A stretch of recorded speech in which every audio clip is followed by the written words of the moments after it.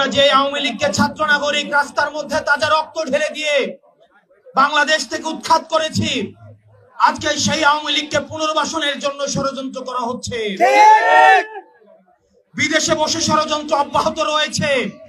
রাজনৈতিক দলের মধ্যে বিভিন্ন রাজনৈতিক দল নির্বাচনী ফায়দা নেওয়ার জন্য আওয়ামী লীগকে পুনর্বাসনের জন্য ব্যাকডোর ডিপ্লোমেসিতে যুক্ত হচ্ছেন। আমরা আপনাদেরকে সতর্ক করে দিতে চাই, এই ছাত্র নাগরিকের হারানোর কিছুই নাই। এক খাপে দুই তলোয়ার যেভাবে থাকতে পারে না, ঠিক একই ভাবে 5ই আগস্ট পরবর্তী সময়ে বাংলাদেশে আওয়ামী লীগ এবং এনসিপি থাকতে পারে না।